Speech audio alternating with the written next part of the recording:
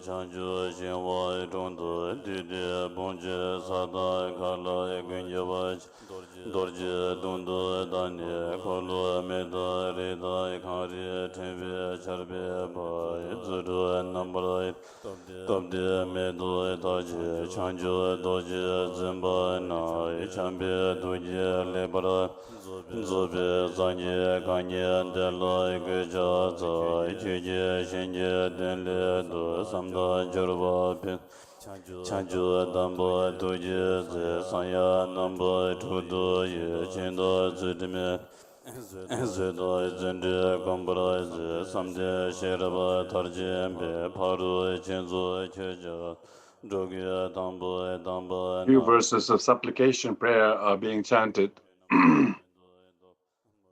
before the teaching begins. Hope all of you can hear me.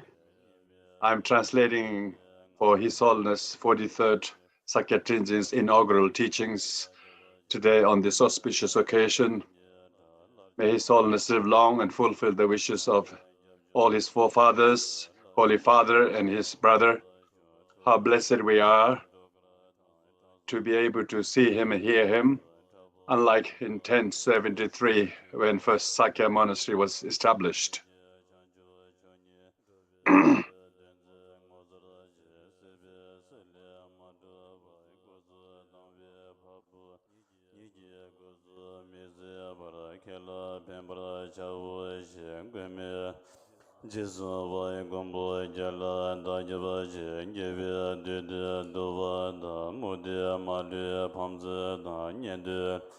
Tambe do jaze tambo londe ze de le zo tambo nama kyuje dingre be chanju le do juba da larya jala da jaba je kyuje sene jambe Lama shara dade boy chamba jazaba tambara semche suji tezama sa kyuji meje za zeje This is yeme eulogy to Shakyamuni Buddha. Vesere go jeda wadon jinye je kyuji namba gunye shebe shebe denshiando do jala ida jaza dedo do lama shajiri What? bulama What? You can hear me. Is it? Oh, good.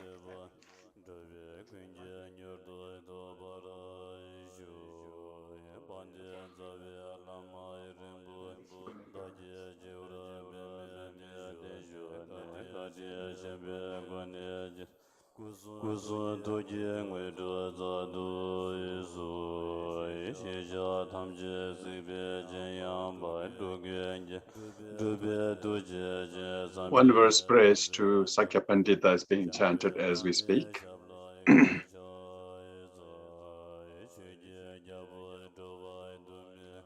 The next is verse praise to Drongon Chogyal Pakpa.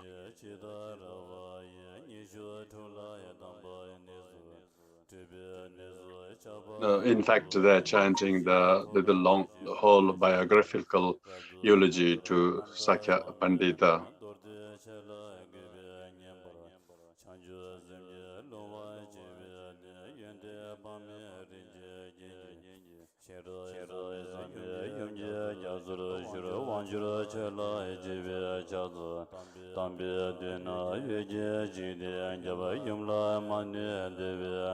This teaching is, of course, written by Sakya Pandita, hence the recitation of the praise to Sakya Pandita's biographical eulogy is being recited as we speak.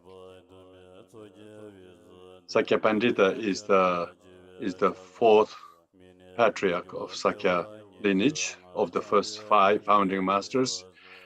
He's the grandson of Sachen Kunga Nyingbo and uncle of Drongon Chokya Pakpa, and of course nephew of Sonam Tsemo and Jesun Trapa Gyaltsen.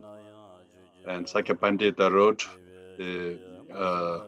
clarifying the sage's intent in Mongolia, in ancient Lanchao, and he actually did not manage to return to Tibet, and then he sent this text back to Tibet, saying that even if his age allowed him to return to Tibet, there's nothing more than he can teach than what is contained in this book.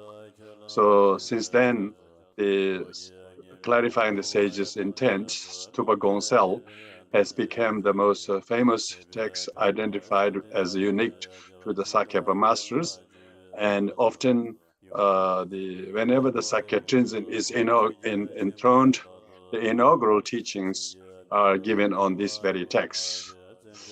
I would have thought it would be good to have all of the text taught during, but these days at least a short teaching is given just to mark the auspicious beginning.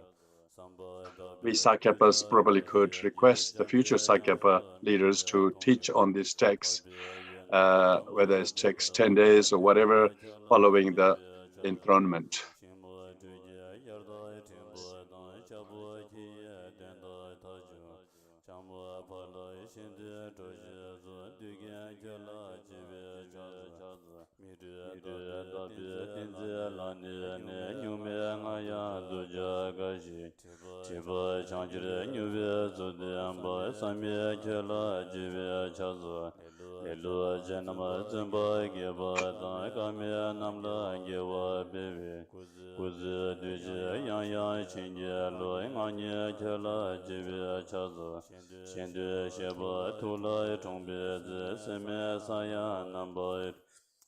Chanama Gunja Chaju Duma Do Chamje Chela Jive Chazu Kingo Dube choga zebe lama namda ngi andoji kingura la nama ngosu sebura ye wande jala jibe chaza chinri seje chaje wala jo jize tema namje tongzu jaya gombo yani yando ze kyujo chala jibe chaz Praising to Sakya Pandita, having numerous vision of Avalokiteshvara, Tara, and so on.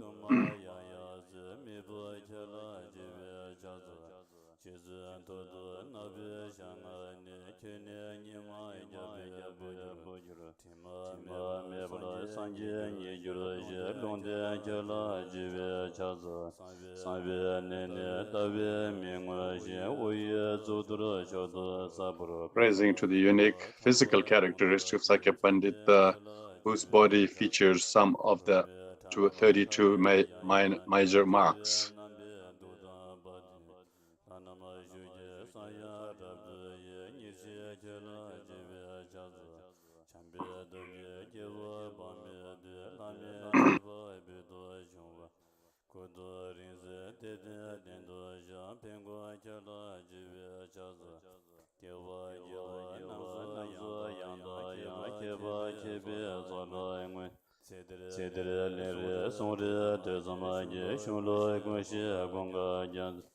Sambe shabla jibe chaza elo yende seme vesa chiji sembe rabje zonya zinji yishi nodara tobe denze be doje lama jibra jenna kweza jede namga nyambe je lunga yije diba suzura sanama gwenla jesu yera ngo chugro gorshin dabra shuzu gombo yije chanjo zode tuji jinji dola yasin dazu doja yawra mi doje tejo duze zembra zedu sonda baba chuji dojra de nyema le dan jive chow simje tamje lebra tanye ja tanye le to deje zadu simje boze cheba jeda ya pame chambe dowa mejur ombe leba dazu doja ye cheba jeda de dad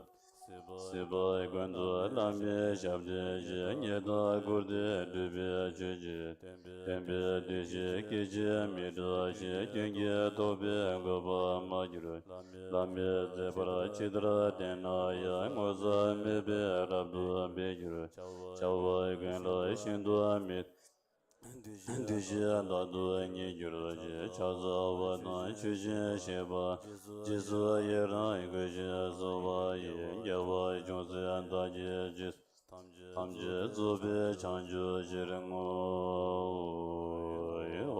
Benzara Bume Now the mandala offering is made in requesting the teachings.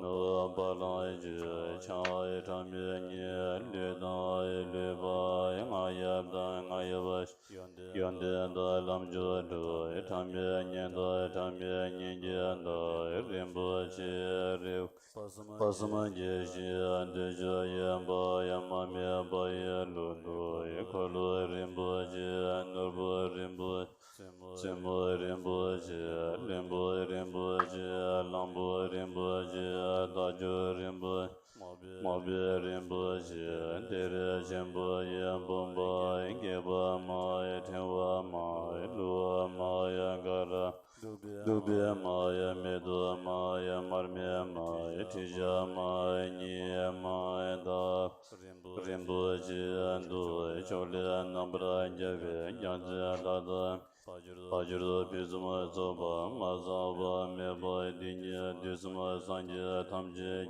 Ngova, Tome, Bande, Dambe, Shanga, Teba, Chembe, Dambe, Shuye, Gadi, Samu, Shuye, Yendo, Ura, tujen dobe dendo jesu shene jinje labdu zu yo mo ngoro boda sadu sabari vara rena menda la buza samundra sabarana zamaye yesemje namje samba loye cheda Please cheda turn the wheel of Dharma according to the various dispositions of higher, medium, and lesser vehicles.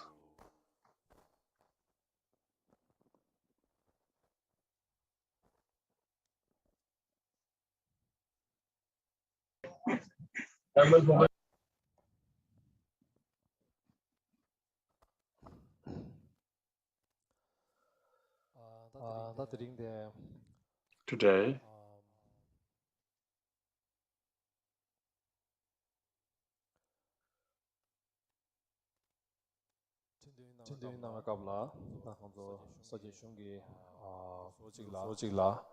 according to the tradition in Sakya, giving teaching on the clarifying stages of intent, oral transmission.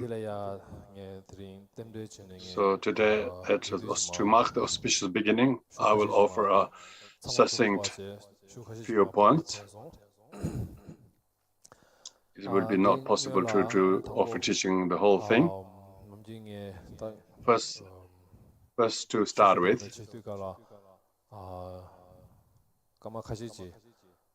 for a few minutes,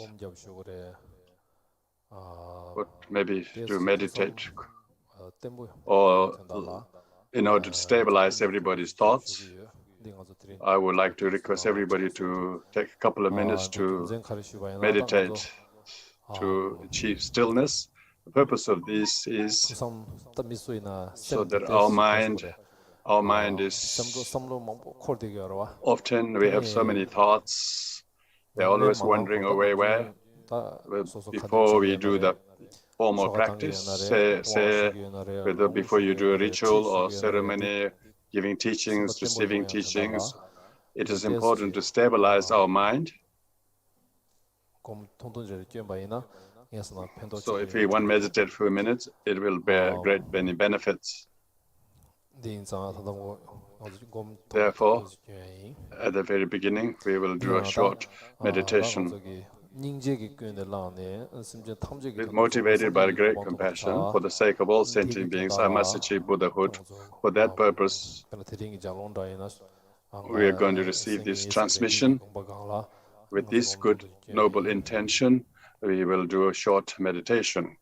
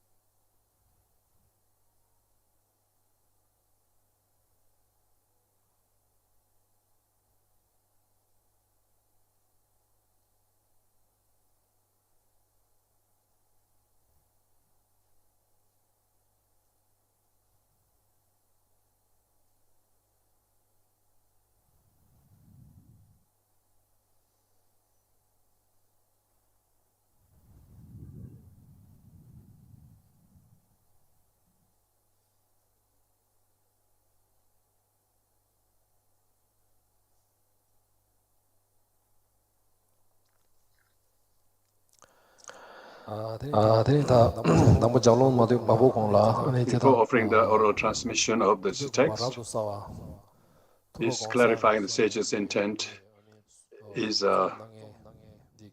composed by Sakya Pandita. I would like to say a little bit about the composer. The composer of this text is Sakya Pandita, among the 5 founding masters. Sakya Pandita hails from the Kun family, whose father is Pacheopo and mother Nyiticham. He was born in Sakya itself, it appears.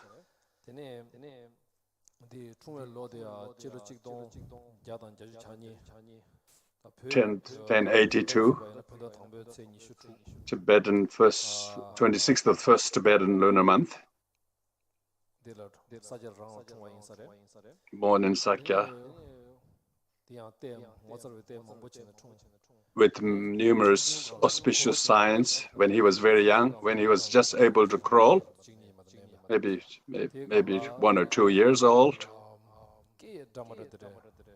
He was able to speak numerous languages. Likewise, he able to draw many drawings and paintings. The mother Nyiticham observed this, and she was slightly worried.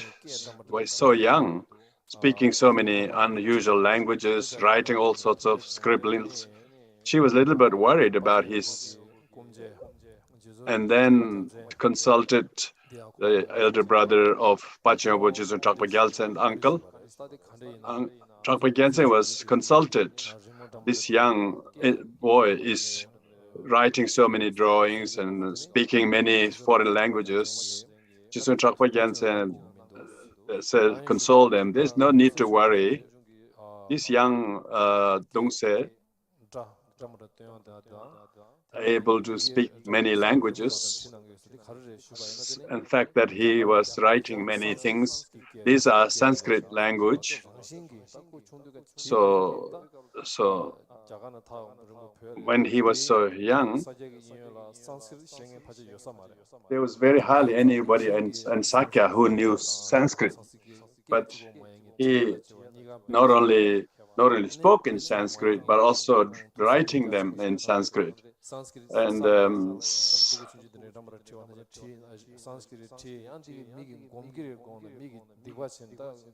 And then after he has drawn them on the ground, he would erase them, fearing that people will walk over them. So in this way, of course, it will not be able to talk his extensive biography, but I thought of sharing you small important points here. So this is his speaking Sanskrit and various other languages, as well as writing, by naturally, nobody having taught him. Also, as he grew up, he then studied, when he received the name when he was a young boy, well, then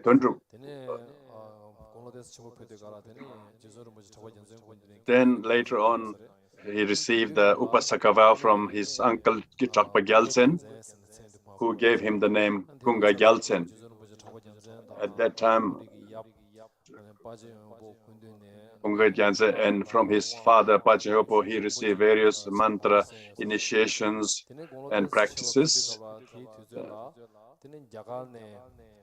Then, as his age matured a bit, then he received arrival of the Kashmiri Pandit Jaktishi.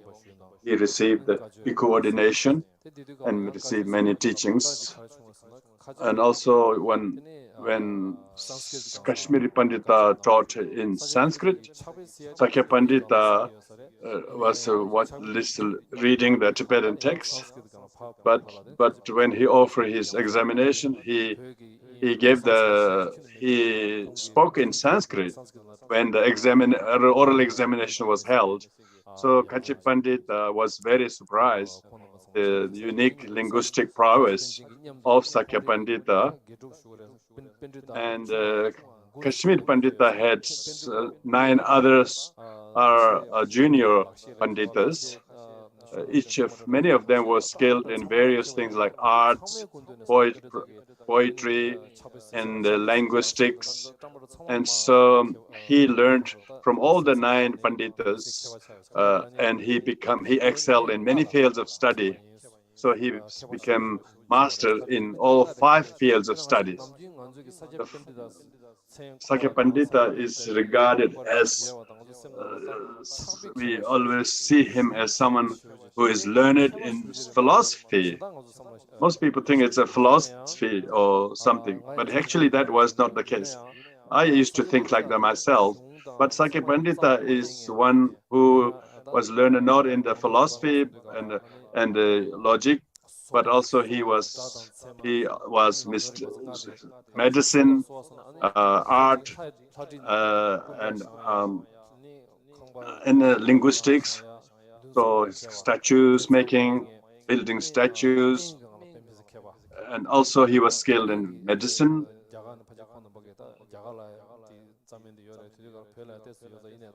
Of course, there were numerous types of herbal medicine. He became very specialized in medicine, also on medicine.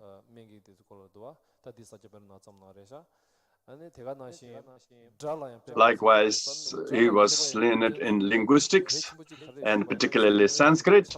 The reason is that he translated many texts from Sanskrit into Tibetan. If a person didn't master Sanskrit linguistics, it will be very difficult to translate the Buddhist texts into Tibetan properly. So therefore, mastery of the Sanskrit linguistic was one of his, and also he was very learned in Buddhist logic, Pramana. But when we logic, we are not referring to mere art of debating. It actually refers to one who is able to clarify one's own doubts by logical reasoning, many questions, whatever kind of doubts arises. By using the epistemological, logical reasoning, he was able to clarify all doubts. All the questions one have is all clarified. And once it becomes very, very clarified, the more one is become clarified in one's thoughts and reasoning, that much mind is clarified and become very calm and still. That's why the logic became very important. The 5th one is the inner science, study of perfection, wisdom, the Vinaya, Abhidharma. He learned in all those 5 fields of study. That's why when he was with the Kashmiri Pandita, they all unanimously conferred him the title Mahapandita. Pandita referring to someone who's learned in great many fields of study. So they are not this not is unheard before that any Tibetan receiving the title Pandita, particularly offered by Indian masters. Of course, there are Panditas in India, but not many in Tibet. So Sakya Pandita was the first to receive the title Pandita. Having received the Bhikshu ordination from Kashmiri Pandita, so because he had already got Kunga Gyaltsen, then Pal Sangpo was pre-suffixed as a sign of receiving the Bhikkhu ordination from Kashmir Pandita Sakya Shri. Usually the abbot who gives the ordination usually gives a part of their name. So Pal Sangpo is name given by Kashmiri Pandita, and he was conferred the title Mahapandita, great scholar.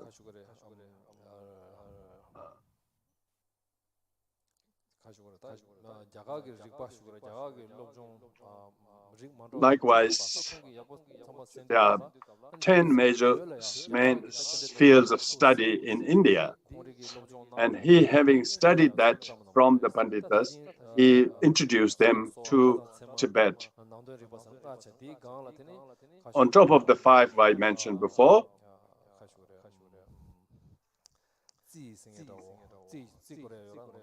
various astrologies, prosody, poetry writing, and also the drama.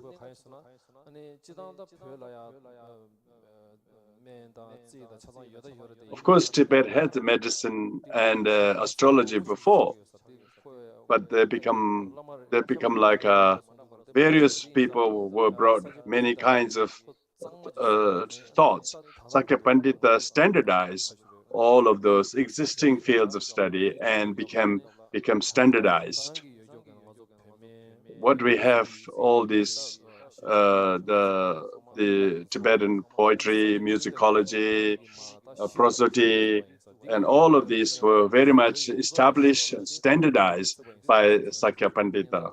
Of course, there were bits and pieces here and there, but it was Sakya Pandita could be the founding father of standardizing all the 10 fields of study. And we are great debt to Sakya Pandita's work. This I thought was going to be useful to highlight his contribution. Likewise, when people translate it from Sanskrit into Tibetan, most of them have to do collaborative translation, working with Indian Panditas and Tibetan translators. There were very few who could do all on his own, but Sakya Pandita was only who was able to translate from Sanskrit into Tibetan on his own without needing the collaboration work of an Indian Pandita. So this is one of the very wondrous contribution and skill that he excelled. Likewise, in Tibet, the spread of logic system that came in Tibet, but usually the Indian philosophical kind of pramana or logic was taught into Tibet.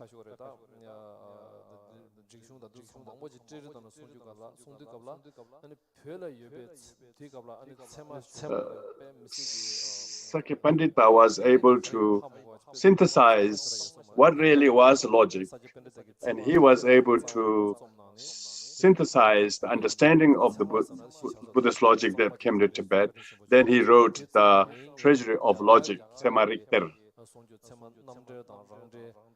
All the other Pramana Vartika, the Pramana 2 of the major the Buddhist logic texts by Dharmakirti, he translated them and he gave them teachings on them.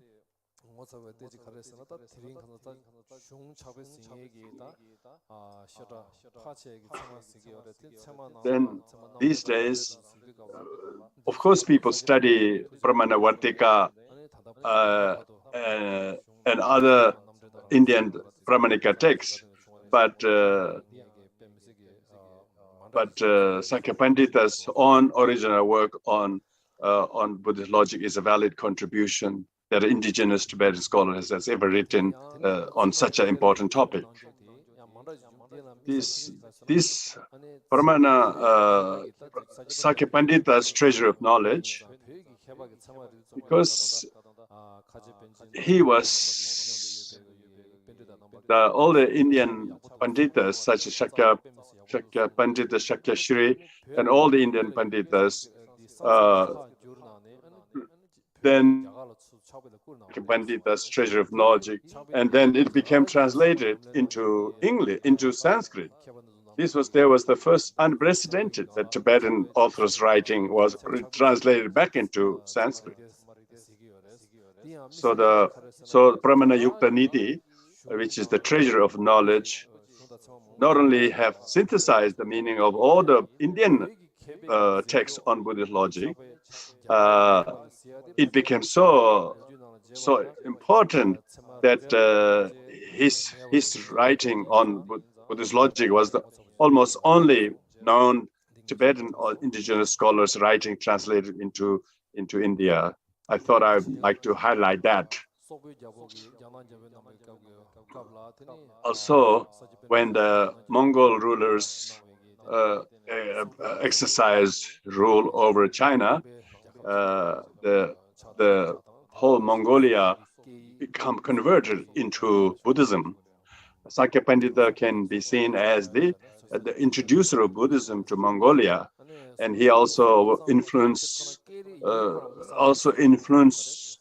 to invent a new written system of Mongolia, and as well as many Buddhist writings, Tibetan writings were translated into Mongolian language.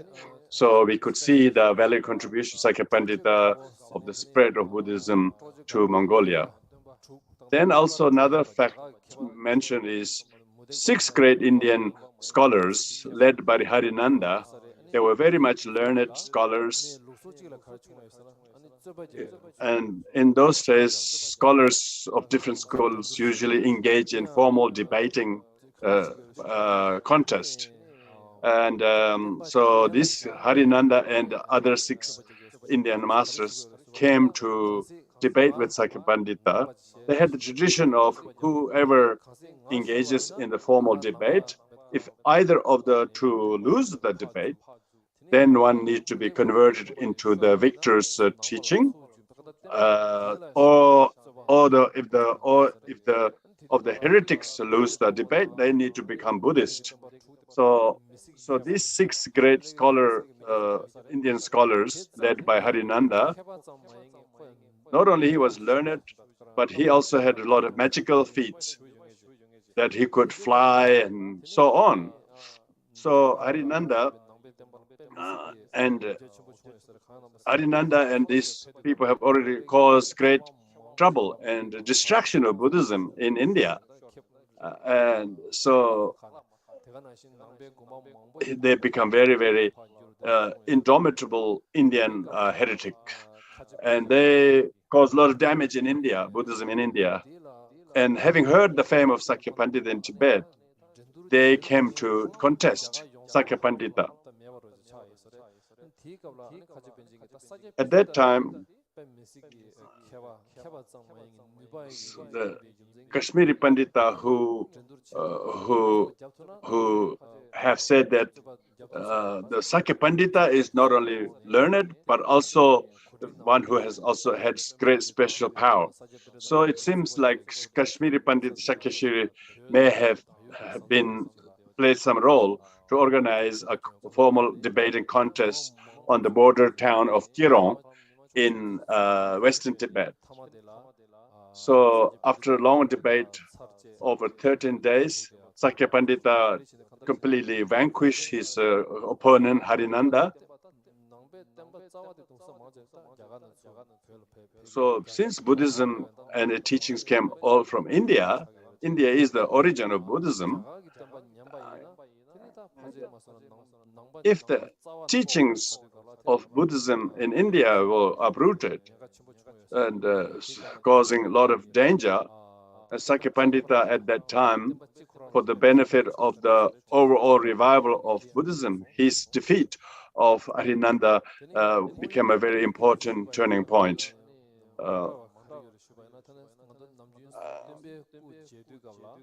Then another thing I'd like to mention is visually you see the Shakyamuni Buddha's image called protuberance. It's only Shakyamuni Buddha has the protuberance. Otherwise, there's no, maybe Nagarjuna is also known to have the protuberance. Otherwise, there's hardly anyone is known, no one is known to have such physical feature on the ground. Sakya Pandita is only one known to be a Tibetan master who has the protuberance on his crown. So Sakya Pandita had this very distinct physical feature, like Nagarjuna in India and Sakya Pandita in Tibet. So isn't this is a very wondrous quality to note.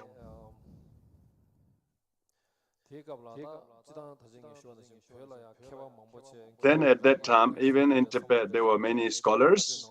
All scholars have various assertions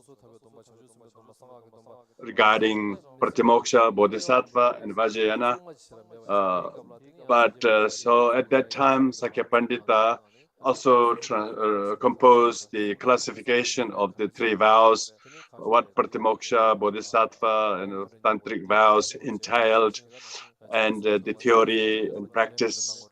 So it explained how to practice Pratimoksha and Bodhisattva, just with study, theory, and practice, as well as concerning the first vows and samaya of Vajrayana. This is all contained in his great famous text called Classification of the Three Vows. Then another text that Sakya Pandita wrote is the elegant saying, Sakya Likshe. Sakya Likshe is so well known. It's only named as Sakya Likshe, but actually it is on the lips of most Tibetan orators and scholars. Is so respected. Sakya Likshe is very relevant to people of all, whether in temporal or spirituals, whether person wise, foolish, ordinary person, how they should live. It's a relevant way to how to live wisely and mind carefully according to the civil society. So another thing is that Sakya Pandita became the spiritual preceptor of the Yuan dynasty. Having gone to China, he stayed in China, and he passed away in China. At least 6 or 7 years. It is there. Then he wrote the clarifying sages of intent. This clarifying sages intent, Tuba Gonsal, was, he said, this is for the Tibetan people. And if anybody who reads and understands these texts, he then deliberately wrote, and he sent Tibet, saying that you don't need to separate oral transmission of Lung, and therefore he sent these clarifying sages intent to Tibet. So that's a brief story. When he became the spiritual preceptor to the Yuan dynasty emperor, when many great scholars, Chinese great emperor deliberately gathered all scholars, and then he invited Sakya Pandita. He knew that Sakya Pandita was a very great learned scholar, but in order to test whether Sakya Pandita possessed any spiritual powers or not, so then the Chinese magicians were hired to create an illusory palace in an island, and then it is said that a throne was built, and but under the throne was so many Buddhist scriptures, and they made him to sit on this. So saying that if he has spiritual power, he would not sit on such a seat, all made out of holy scriptures. When Sakya Pandita came inside the celestial, the wondrous palace, he consecrated by strewing grains of rice. All the magically created the temple could not be dismantled by the magicians. And also, he went and straightaway sat on the throne. The king said, even though he's very learned, but he doesn't have any foresight or spiritual power, because he's sitting on the throne, not knowing it is full of scriptures. But later, when Sakya Pandita left, they realized all the scriptures they put under the throne, all the disappeared. All the text was empty pages. So when they checked carefully, all the texts, the letters were all manifested in the sky. So then the emperor realized Sakya Pandita was not just learned scholar, but also have lots of foreknowledge, and clairvoyant as well as spiritual power. So then he decided to honor him as his spiritual master. Then in 1251, on 14th of the 11th month, in that very palace, he passed away. So this is the brief biography of the composer of the text, is clarifying the sage's intent. So when it says sages, means to refer to Shakyamuni Buddha, sage's intent.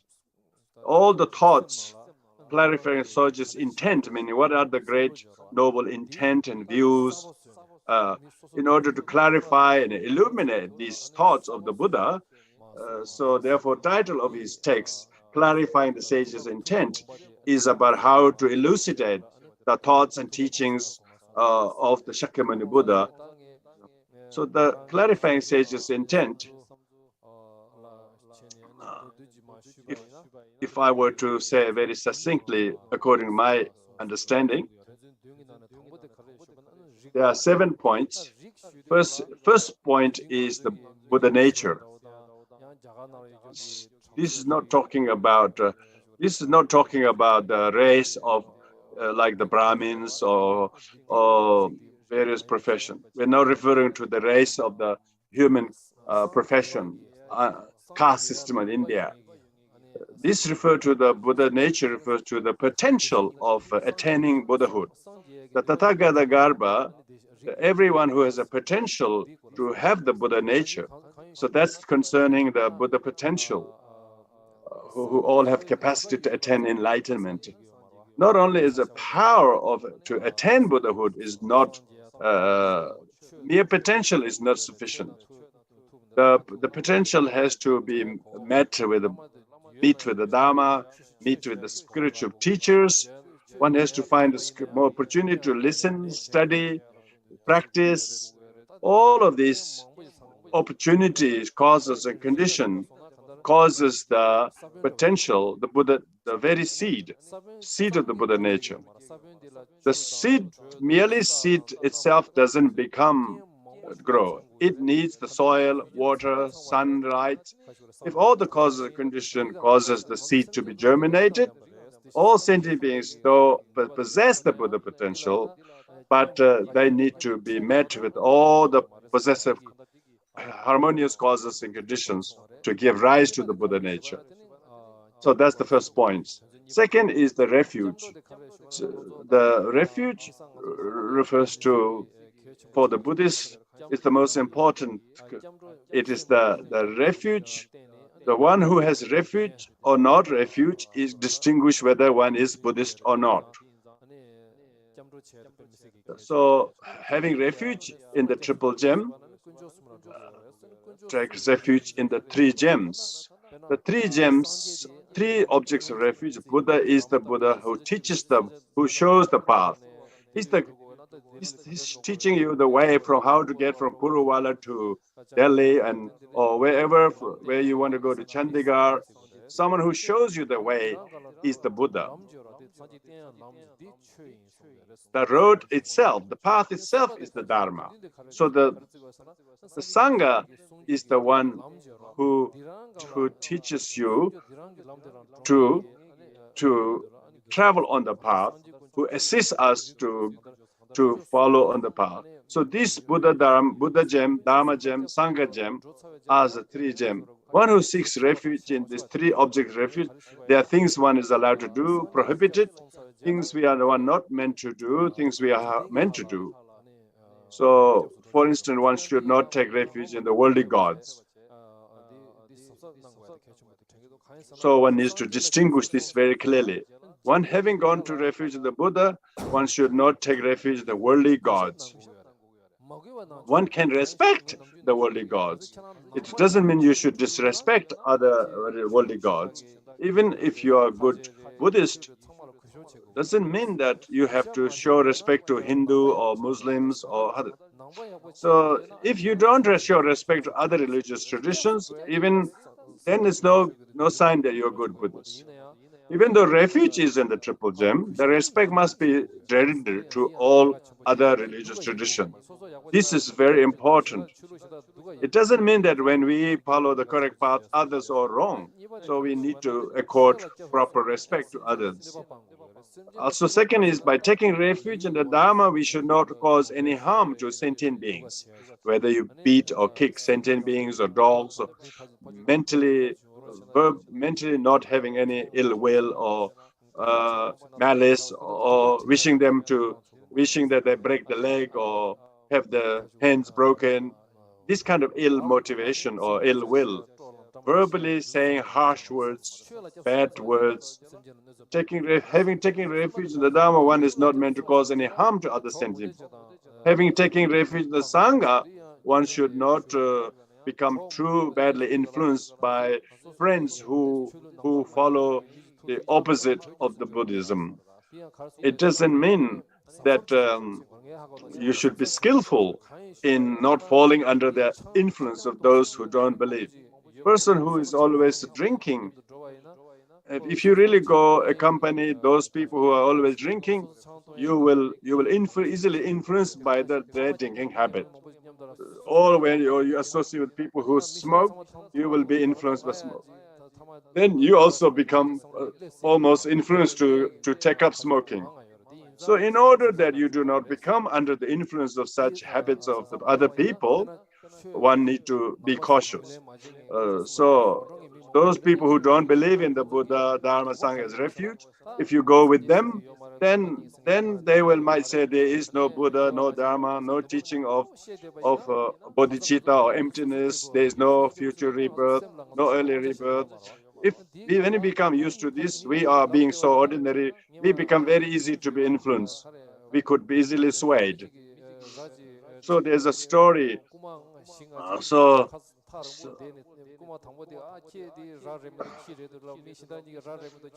there's a story about a man telling that what you have got is not horse, not goat, not dog.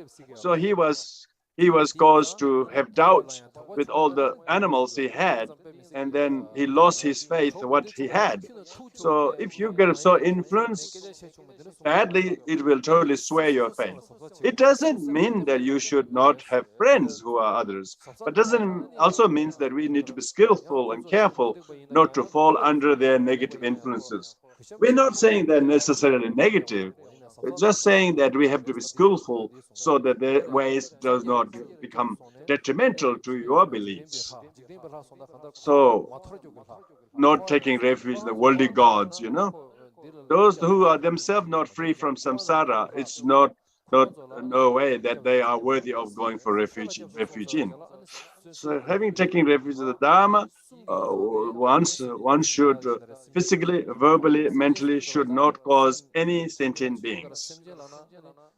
So when we say sentient being, we maybe think it's only humans, any sentient being, not just humans and dogs. Sentient being means all sentient beings. So we need to abstain from harming any other sentient being. And having taken refuge Sangha, we should be skillful and be careful who we become friendly with. So having practicing Dharma, we need to restrain the non-virtuous deeds.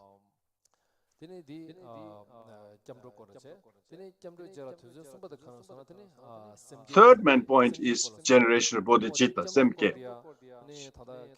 Concerning the refuge, Khenche Ape Rinpoche said, if those who take refuge he said that there is no great detailed exposition on the refuge than in the clarifying the stages of intent. So they really wanted to study about refuge, they should specifically study the chapter on refuge in clarifying the sage's intent. This is what Khenche Ape Rinpoche said.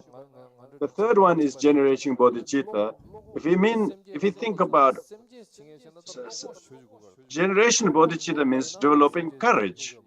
We don't have courage, we couldn't help other sentient beings. In ordinary terms, bodhicitta means courage. So you're talking about whether the person has ability to fight with the wild animals. So this kind of courage or bravery of an ordinary person. So we have to distinguish whether it's courage or stubbornness. So the ordinary worldly terms, the courage here refers to one who has bodhicitta. Bodhisattva have this very strong courage to achieve Buddhahood for the sake of all sentient beings, or wishing to have the enlightenment for all sentient beings. So this kind of courageous intent is without the strong courage to work for the sake of all sentient beings, it is not bodhicitta. So when we refer to bodhisattva is one who has very strong courage. For instance, when an ordinary person inside one family, maybe a family of 3 or 4, so maybe the family member thinks about the well-being of just these 4 or 5 people, each and every one of the 4 family members. But if we are able to have the strong sense of responsibility and courage for all sentient beings, it's no ordinary courage. When we think about developing the thought of enlightenment, it's not extending from 1 or 2 or 3 family members, but to all sentient beings. Just imagine, it has to be something very extraordinary. So bodhisattvas has conceived this courage. Where does this thought arise? This comes from compassion, wishing other sentient beings to be free from suffering and causes of suffering. It is from the compassion arises the bodhicitta. The compassion arises from be free, have happiness and cause of happiness. So wanting sentient beings to be happy without any problems, but only have happiness. So from loving kindness arises compassion, and from compassion arises bodhicitta. So where does loving kindness arises? Because we believe in the law of reincarnation, not only this, but many uncountable thousands of lives before, as well as many in the future, in each and every single rebirth, we have had parents like present life. So therefore, we would have just as so many parents and so many mothers. For instance, all sentient beings would have been at some time or another, would have been our mother. So because of that, each life has one mother. On each life would have recorded us this kindness of the present life's mother. So if one were to take the liberty to just failure to recognize them, who they were in the past. But if we were to consider carefully, they are just unrecognized mothers. So if every single lifetimes we have had mothers as kind as loving kindness like this present mother, then we are indebted to be kind and grateful to every single mother. So this is knowing the mother and then remembering her kindness and then resolve to repair her kindness. So then wanting her to be happy and causes happiness. So recognition of mother, remembering her kindness, resolve to repair her kindness, and then that develop loving kindness towards the mother. Then also one sees the suffering of mother, we want her to be free from suffering and cause of suffering. So you can see the generation of bodhicitta derives from this. So when we talk about bodhicitta, first meditate on the equality of self and others. Just as oneself wishes to be happy, other sentient beings also wish to be happy, do not want to have any suffering, just as myself. So meditating on the equality of oneself and others. Just as I wish to have happiness, be not free from suffering, then others also do the same. It's my mother is important, or your mother is important. Of course, at the moment we might say, oh, this present life's mother is more important, but then everybody has a mother, and so everybody being equal. is called meditation or equality between self and others. After that, then we made to exchanging self with others. So then wishing the suffering of others to ripen upon me and wanting my happiness to go to others. So that shows how you slowly train your courage to be able to meditate on equality and then being able to exchange self with others. So the fourth point after bodhicitta is practicing of the 6 paramitas, 6 perfections.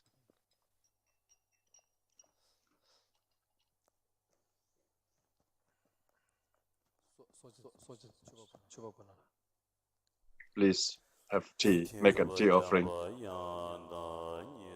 So they're saying the grace before tea. So if you have a drink, please, you can do the same.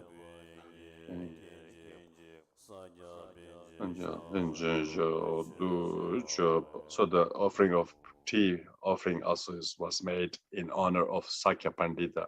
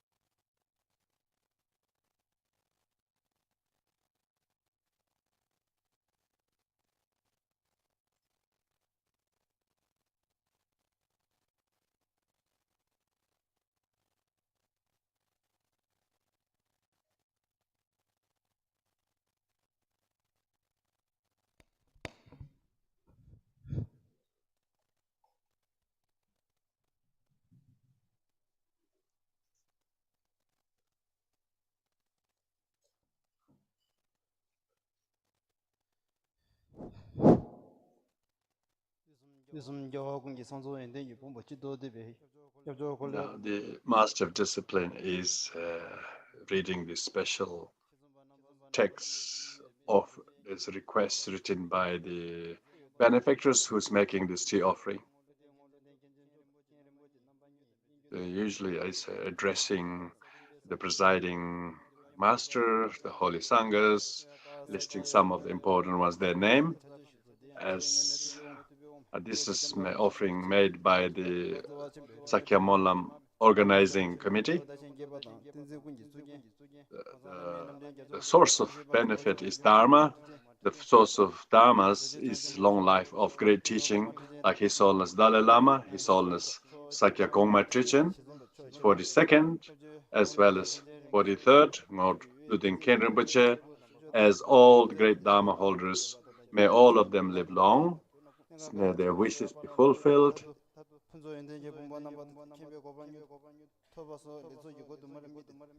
And in order to bring great benefit to the world, we have make offerings. They're listing the offerings made, mandala offering, or representing the holy body, the statues, speech, the scriptures, the mind, the stupa, offering to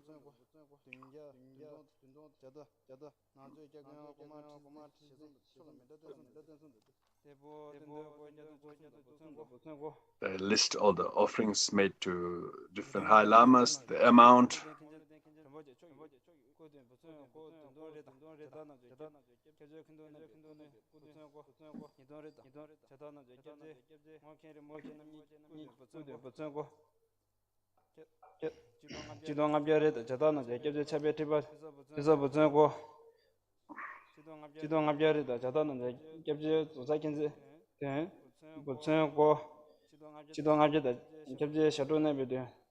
Listing the various offerings offered to different high lamas according to their status. There's a little bit of discrimination, but out of respect, higher lamas get higher offerings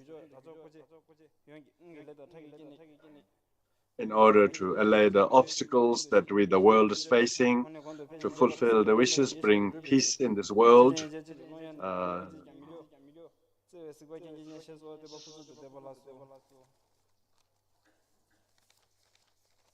So the offerings is made for the happiness, peace in the world, long life of the teachers.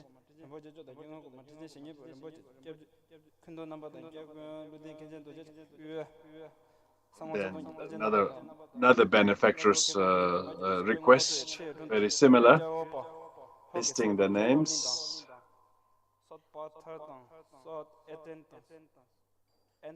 Listing some of the benefactors' name from Sakya Choedak. I'm not sure where that center is located, either in Southeast Asia, I think.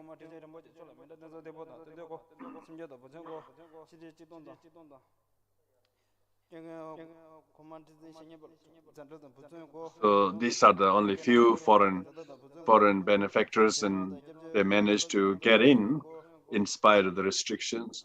Most of the other foreign center members were not able to participate like us due to the COVID-19.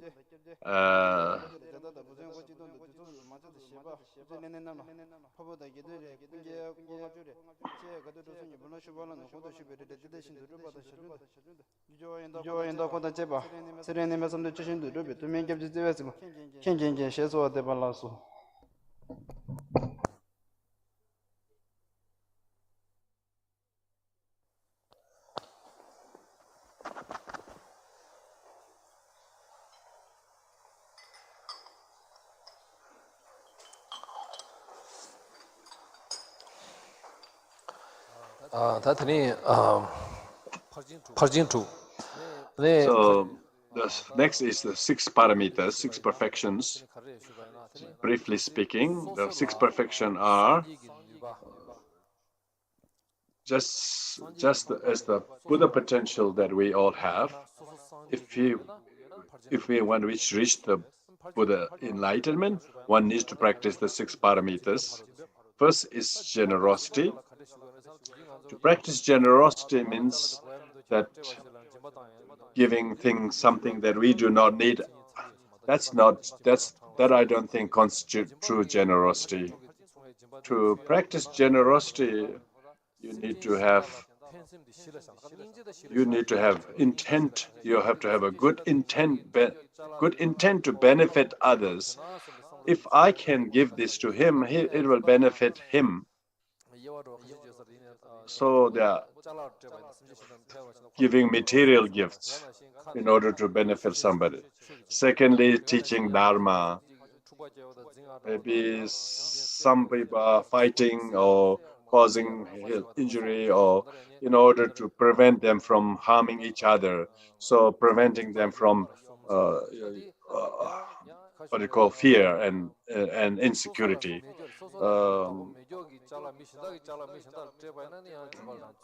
Giving somebody else's things to others is not giving. It has to be giving something that oneself owns it, and with a good intent with the intention to benefit the recipient. So generosity practice. Second is observing self-discipline. The self-discipline refers to through one's body, speech, and mind, how to abstain from the 10 non-virtuous deeds. Physically, verbally, and mentally, not doing any non-virtuous deeds. This prevention of doing any non-virtuous deeds from our body is called self-discipline or moral ethics. Then practicing patience. Meditating on patience means you have to have a very stable mind. Even if someone harm or verbal abuse, you don't let it to anger you or upset you. Do not become short-tempered. So one has to have a very strong ability to stabilize one's mind, not being easily swayed or disturbed. Whether someone kicks you or shouts at you or yells at you, develop compassion to them. They are doing this, but I should not retaliate, and not harming any, and not causing any harm. Even though one is harmed, but still. So if you cannot do any harm to others, but still think that I didn't harm him back, doesn't mean it's patience. So practicing diligence means whatever you are doing virtuous deeds, you are very, very intent, very rejoicing, very joyfully engaging in virtuous activities is practicing diligence. Next is meditating on calm abiding meditation and insight. Calm abiding means you have to stabilize mind, whether you want a horse or a car, wherever you want to go, you want to make sure that your mount, the horse or the car should be useful to go wherever you want to go. Right now, our mind is not always useful. It doesn't really stay with us. It is wandering everywhere. We do not have control over mind. So being able to gain control over one's mind, stabilize, tranquilize the mind, it is called calm abiding or tranquilizing meditation. There's lots of meditation that in the West talk about yoga and meditation. They mainly are learning to do calm abiding or shamatha meditation. When one is able to stabilize mind one pointedly, then the mind can be redirected to whatever virtuous activities we wanted to engage. Mind is able to fulfill 100% whatever you want to do. Because of that, the mind is one-pointed concentration. So calm abiding is very important. There's vipassana or laktong means extraordinarily seeing. Right now, I can see the pillar, but I can see the extraordinary thing, the emptiness of the ultimate nature of things, not just merely seeing, but seeing the actual ultimate meaning of things. That is extraordinary seeing, called special insight, the insight meditation, seeing the nature of reality as it is. So in this way, from generosity, self-discipline, patience, diligence, meditation, and wisdom. After this, there's four persuasions, four persuasive techniques. This is how to influence others, how we can positively influence and persuade other people, whether you want to practice giving. Practicing giving is a persuasive technique.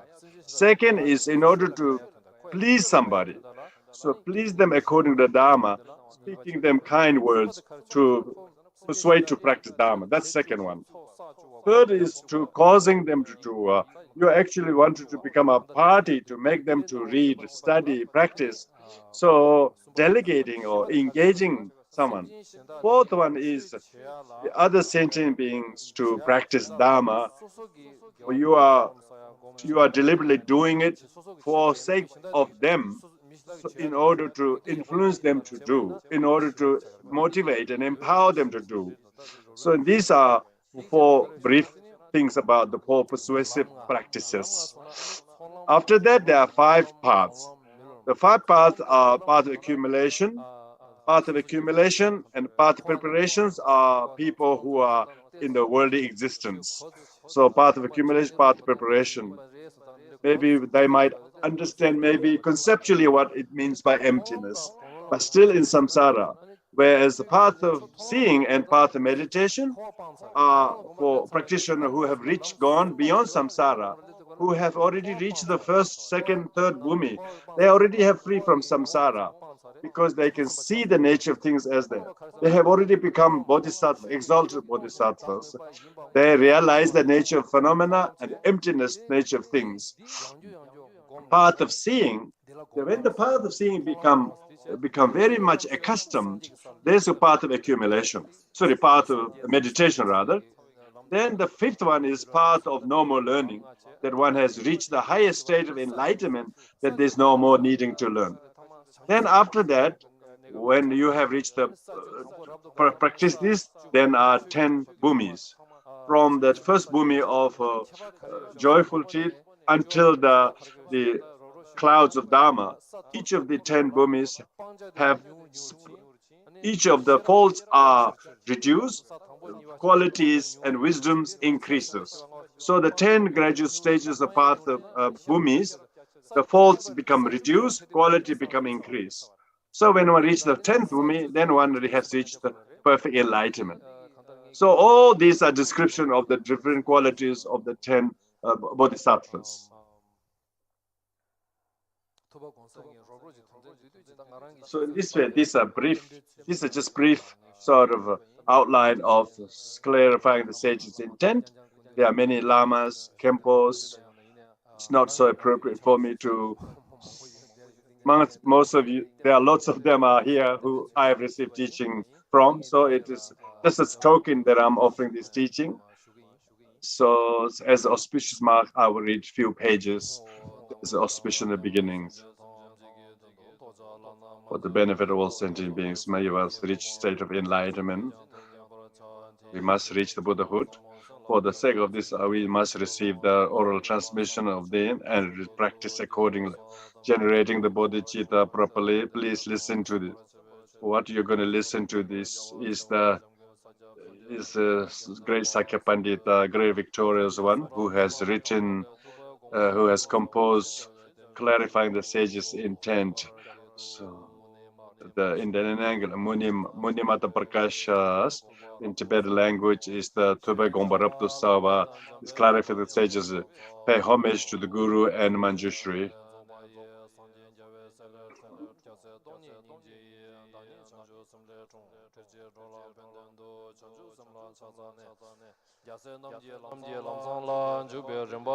The salutary remarks or paying homage to before the actual text itself.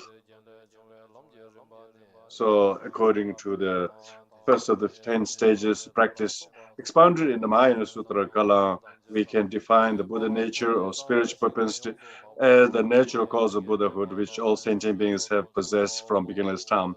The developed Buddha nature and spiritual propensities, on the other hand, is present only in those who have produced the thought of enlightenment. We may say that the natural Buddha nature or spiritual propensity is support, and the developed Buddha nature or spiritual propensity is the supported. In order to practice the Mahayana, one's Buddha nature must first be awakened from the Mahayana rays. There are 4 signs to indicate that this has occurred. In Sanskrit, the meaning of the Buddha nature is called Gotra. So possessing the great compassion from the beginning, even before commencing the practice, having faith in the 3 jewels, possessing patience towards others who do harm to ourselves, possessing a natural inclination to perform virtuous deeds. These are the 4. So these are the 4 signs of Buddha nature. There are 4 impairments to the awakening of the Buddha race within us. Being completely under the power of defilements. In other words, while actions are driven by afflictive emotions such as desire, anger, ignorance, in this situation, thought or practice of Dharma does not arise. Being under the influence of evil or bad friends and teachers, under such influence, we cannot turn our minds towards spiritual friends. A false teacher who preaches the wrong path leads us away from the true teachings. Being poor can also impair our spiritual practice. This means that being obstructed from entering the Dharma through lack of adequate food, clothing, shelter, and other basic necessities. The 4th cause of impairment, being under the power of others, that one has no freedom. This means lacking any independence to do whatever we like to do. So therefore, when we are under the influence of others, power of the parents or power of cousins or relatives or partners, when one has no ability to practice Dharma, so under the power of wife or husband, the person may have no power to practice Dharma accordingly. So one's Buddha nature can be impaired under these things. So in this way, our Buddha nature can, there are beings also, some people's Buddha nature could be severed. There are some beings whose spiritual propensity has been temporarily severed. There are 4 principal categories of beings in this situation. Those who lack virtues conducive enlightenment, those who perform only misconduct. 3rd, those who have spoiled and seed of the positive factors. And the 4th, those who possess the seed but have not ripen through performing virtuous deeds. So in this way, some people's Buddha nature can be temporarily severed by these four conditions.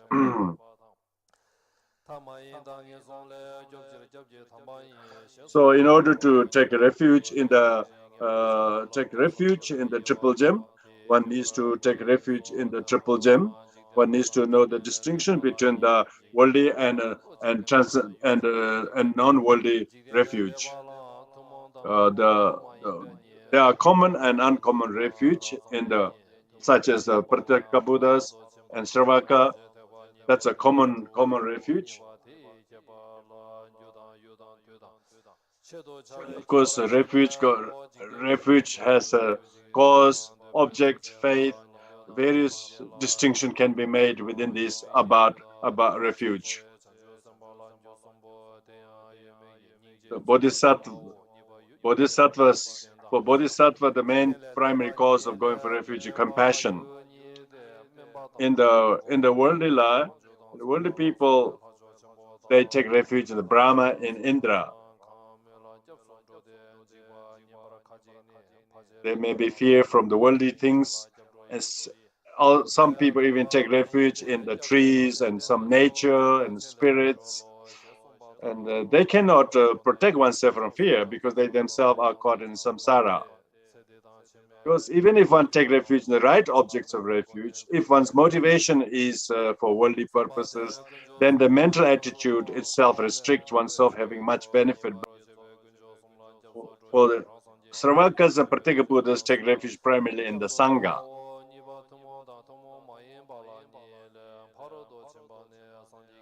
In the perfection of wisdom, take refuge mainly in the Buddha. Buddha is the main object refuge, whereas the Dharma and the Sangha are both abandonable refuge objects, like a raft.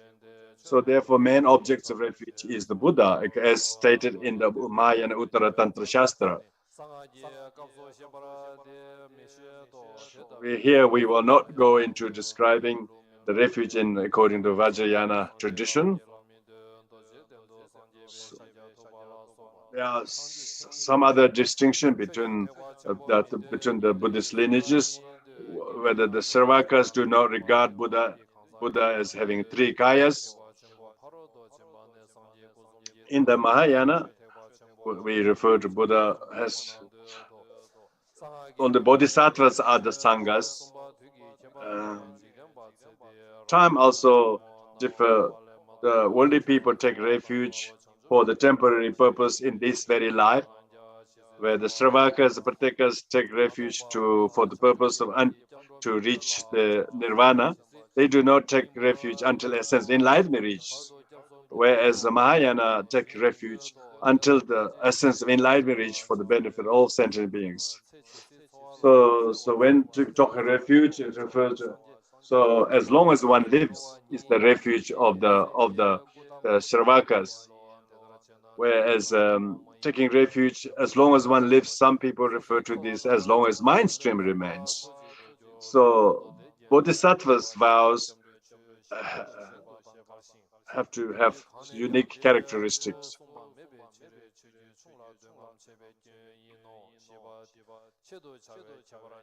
Purpose of taking refuge also can, there's very many distinctions.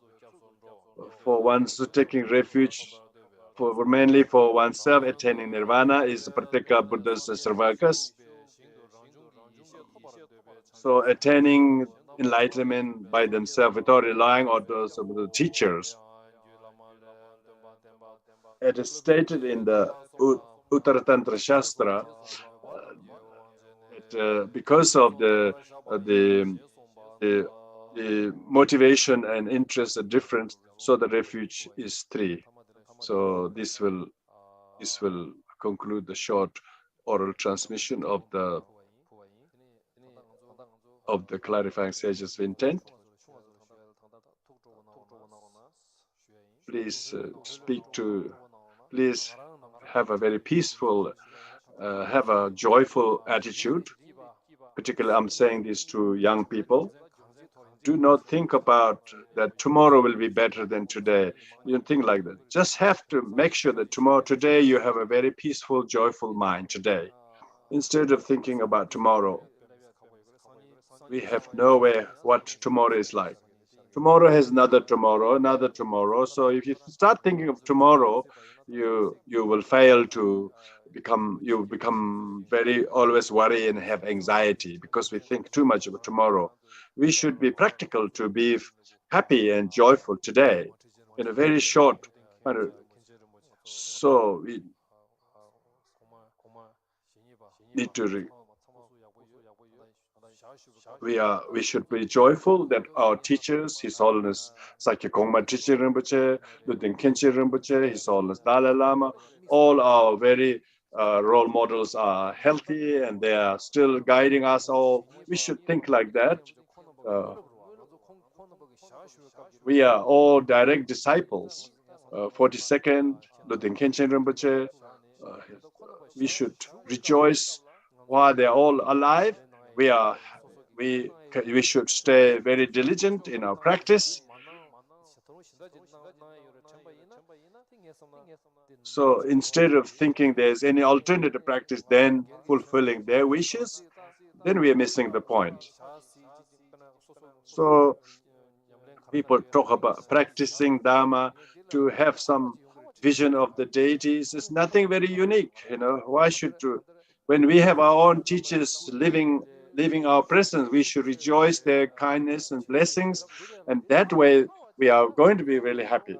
Otherwise, what's the point of seeing the deity's face in your meditation?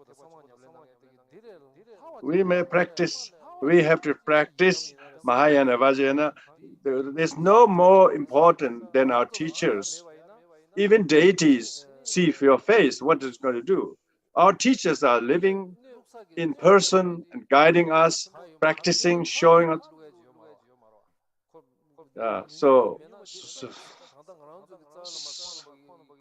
Since our root gurus are alive, if we cannot understand these teachings, even if we meet the Buddha in person or deities, whatever, there's nothing extraordinary seeing deities or even Buddhas. So therefore, have a very kind and joyful mind, happy mind, thinking that we have our teachers alive. Of course, samsara has many problems, but don't dwell on those problems and negativities. But always think about the positive things. If you see the problems, see them as a nature of samsara. Do not let them bother you. That's the nature of existence. Think of the positive things. Even things are very difficult.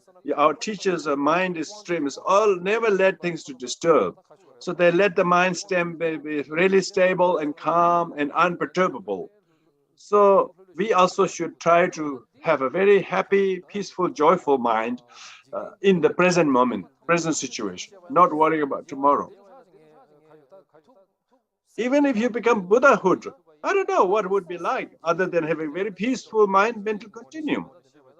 So therefore, while our teachers are alive, we should rejoice. I'm not saying that you should practice day and night without any break, driving yourself masochistically to practice. I'm not propagating that. You should relax. You should have joyful mind, and you will be able to live without any regret. Everything is impermanent. For our purpose that our teachers have come into life, our karma has earned our teacher to be with us. So even if you wanted to take your gurus when unwell to very special hospitals, that's not going to make them live long. So how we honor our gurus is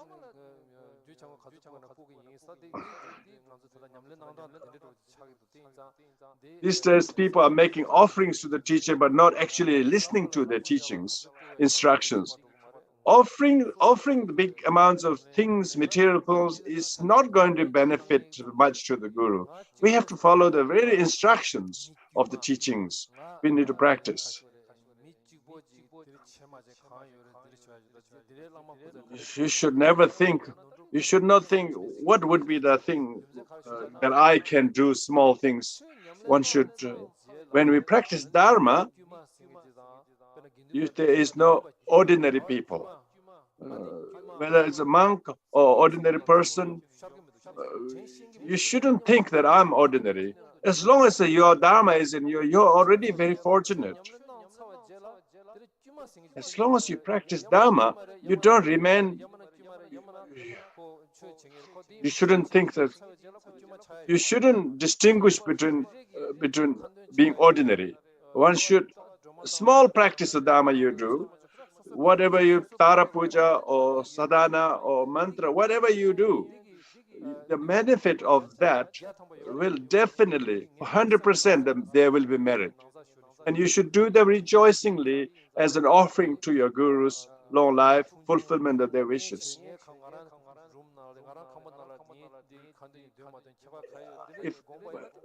You shouldn't think, oh, what's the point of me doing this practice? You should think that if I offer this small practice for the benefit of all sentient beings, so you shouldn't think, you shouldn't belittle and look down upon oneself. If that's the case, our teacher would have never given the teachings. So when the teacher gave teachings, knowing that you will know how to do the practice, you will know how to have the right attitude. So the gurus have given their time in teaching. We should have great faith, have joyful, happy, have faith in the gurus, and their aspiration, their blessings are as real and as present as any deity or Buddha you want to have them to be. Everything depends on how we think. Our mind is the forerunner of everything. So you should dedicate your practice to your gurus, fulfillment of wishes, benefit of sentient beings. If the intent is there with our practice, we should dedicate for those purposes. So with this I will conclude. Let's do the dedication of merit. May all beings be ferried from the ocean of samsara by these merits. Just as the Manjushri and Samandabhadra has advocated the dedication merit by training after them, may I too of dedication of all these merits. Just as all the past Buddha, present and future Buddhas have praised the practice of dedication merits, may I too, following the noble examples of Samandabhadra, dedicate the merit by the blessings of the three kayas, of the triple kayas, and the incontrovertibility of the ultimate meaning of the Dharma. May all the wishes we have made become fulfilled. Now we're making mandala offering, thanking His Holiness, first inaugural teaching on the clarifying sages intent, together with a short reading transmission on the Buddha nature and partly on the refuge.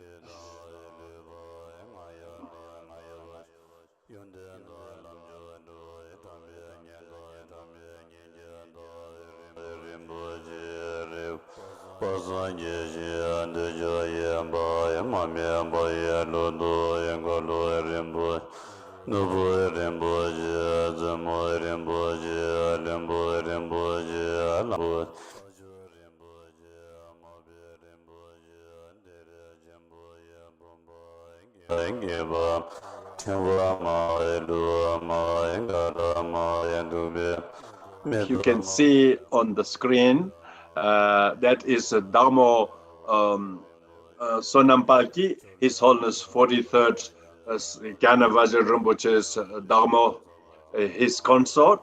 They have Jitsuma and Dongses.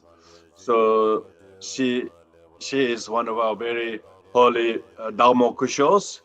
Now she's we can call it first Sakya lady, the reigning first Sakya lady, I suppose you can say that. Now they're reciting the long life prayer of His Holiness 43rd Sakya Trizin, His Holiness Gyanavajra Rinpoche. I think during the long life prayer of this His Holiness 41st Sakya Kongma Trizin Rinpoche.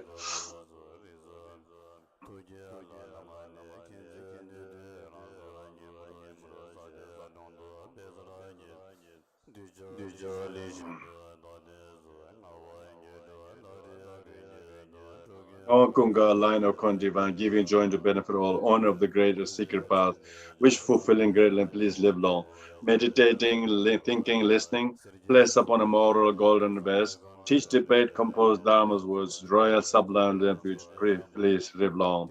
Second Buddha, teacher of Lamre, valid path of Buddha taught through speech, teaching of the five founding Sakya master, you who teach like the Buddha, please live long. Having come, you beautify this world, holding Sakya's power temporal, radiating Sakya's Dharma words, Vajra like the secret, please live long. Triple gem and teacher, kind and true, Yidam and protector, full of might, profound and unchanging, sublime path. By these powers, may our wishes be fulfilled.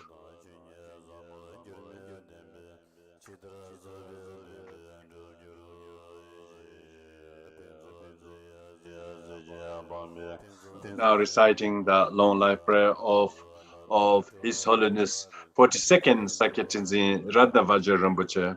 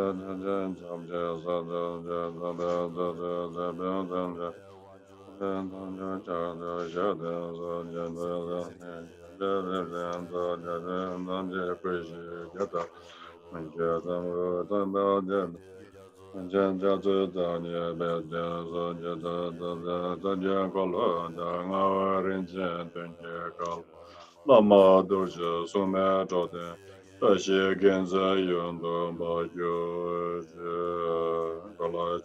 Now, on la prayer of Gyana Vajra Chelang Ujun Zaba Mebe Denjume Taba Dambe Shiva Sandola Kunge Pejen Rinja Tidu Rinja Jente Nebe Kande Jeme Ngoza Jebe Dojen Zembe Zojen Shabde So Chenye Shecha Tuja Gebe Tijen Nelo Ngenja Jebe Gongan Jenze Tuja Lame Dembe Sojen Jenze Shabde So Sije Jenjen Jamguan Zawa Tenge Shecha Gunjen Pandita Tuto Danya Kunde Rinjen Gaza Danja Janja Shabde So Teda Laza Naba Dabe Tunye Dende Chosun Lama De Tense Jebe Chode Yeme Shabden Jelen Jebe Chode.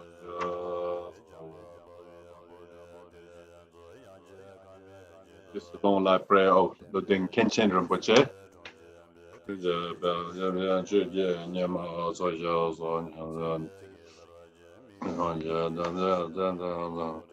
As you can see on the screen is His Holiness 42nd Sakya Tenzin Rinpoche's eldest daughter Jitsuma, and then next one is the Jitsuma, the daughter of Jitsuma of Gyanavaja Rinpoche, all Sakya Kon family.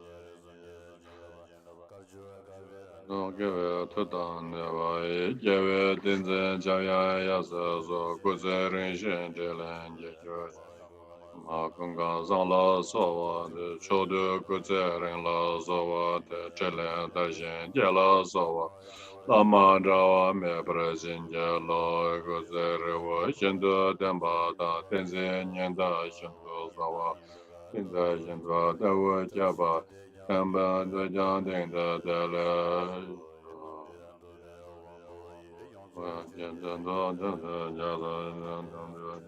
Sakya Temba Yuri Ba Jo Chen the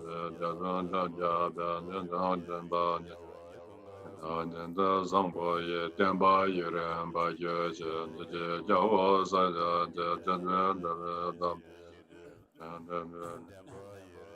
Yuri Ba Jo Chen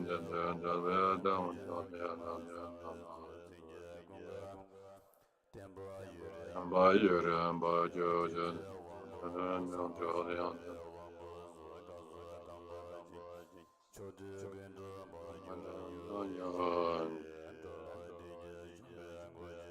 Prayer for the happiness of all that lives. Precious teaching of all that are the sole gate to all beings, enduring all times. May their spirit foster.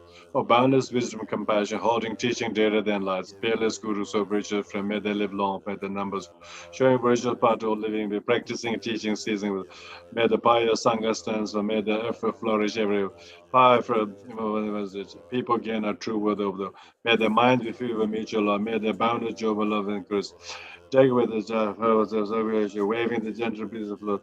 May the city filled with wealthy for glad and finest colors of precious jewels, lining grace of clouds close above, the peacock jewels below, softly falling showers of gentle rain, swell the journals of living beings, meadow flowers cascade crown the hill, barrier hoods and crook of where people sing in less of greater joy, may the all gravity know. Rulers govern well and peaceful, where subject with the ruler respect the strategy with another, may the golden joy, sorry. Holy Spirit of the Pongo, Meta Damascus, Banda class over the last program, Lama class over by the Prince of the Monas, spending time to teach better method, standing and practice the merely people, novice monks, and holding pure net and moral, listening, thinking, meditating, spread the teachings of the Suga, those who practice well, all distractions are undivided. Free from harmful and with devotion peacefully, may the spiritual practice grow. We who practice with special faith, we who practice in the circle, may we shun wrong living and live long. How grow in wealth and Dharma grow, giving moral conduct, patience, and meditation with answer. We perfect the Buddha's way, may the values of the pieces gives them kinds of cause the throne to swear why the Dharma is taught properly. Interest harmonize for all, may all increase other benefit. Clearing all the Dharma's hindrances, then perfect every gain for cause, any virtue that sages exalt. May such virtues increase, thus we pray. By the Guru's mercy and Guru, by the truth of such and all things, by the strength of all opinion, may the supplication be for glorious Sakya Master of the Lord, Choedak Mahayana Angel, Kunganches and King. May your blessings evermore. The Lama of all being Pandita, the wise and powerful Holy Manjushri, second but the Holy Manjushri. May your teachings evermore. All the seekers of the glory with the wise. Kungazamba Buddha Professor, may your teachings evermore. The glorious Sakya Center and Sangha, Rasa like ocean of mirror, vessel of Dharma action, judging series of the evil, Yaga Roma, Mavas embodiment, Shirazamba, seven others, Zonga Karan, those all. May your teaching flourish, Buddha region, Sakya Manjushri, Vidala, Peter has the elephant of a current region, Bezaria, Mele calling his imprisonment in or out, evil. Exuvasha, there are lots of may teaching flourish everywhere. By the season coming to the by the teaching shining light of Sangha and the may the doctrine evermore, and may the teaching and the teacher, the method of the Sangha and the Sabbath, may the doctrine evermore, may the root lineage, may the blessings of the triplets, may the Dharma Gandhi Bamba, in echo with the ground these prayers.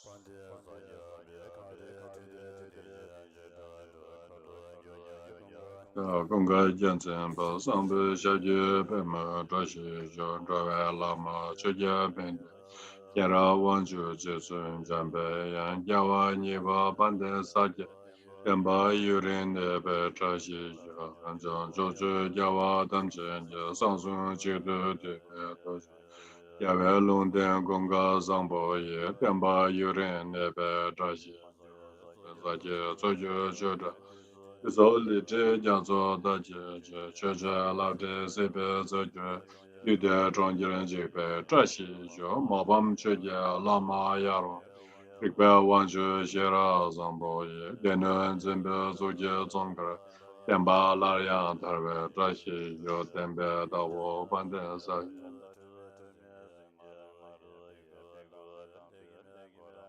Oranje Ringlo Choja Babe Trashi Yo Kange Shasan Yela Tenza Chena Dule Java Bayan Dorje Jama Sarwa Chuje Je Temba Chojre Java Trashi Da Juden Kamsu Chomba Dan Temba Nyu Chendu Sawa Tenzin Pala Genden Temba Temba Yuren Deve Trashi Jo Temba Bajo Lame Shabe Den Tenzin Jewo Saden Yonla Tembe Jenda Ngadan Jorwa Temba Yuren Deve Trashi Jo Mokyo Lama Namje Toje Dan Konjo Samje Chem Zon Tamjen Jazo Nudu Yasam Shishin Drube Trashi Jo.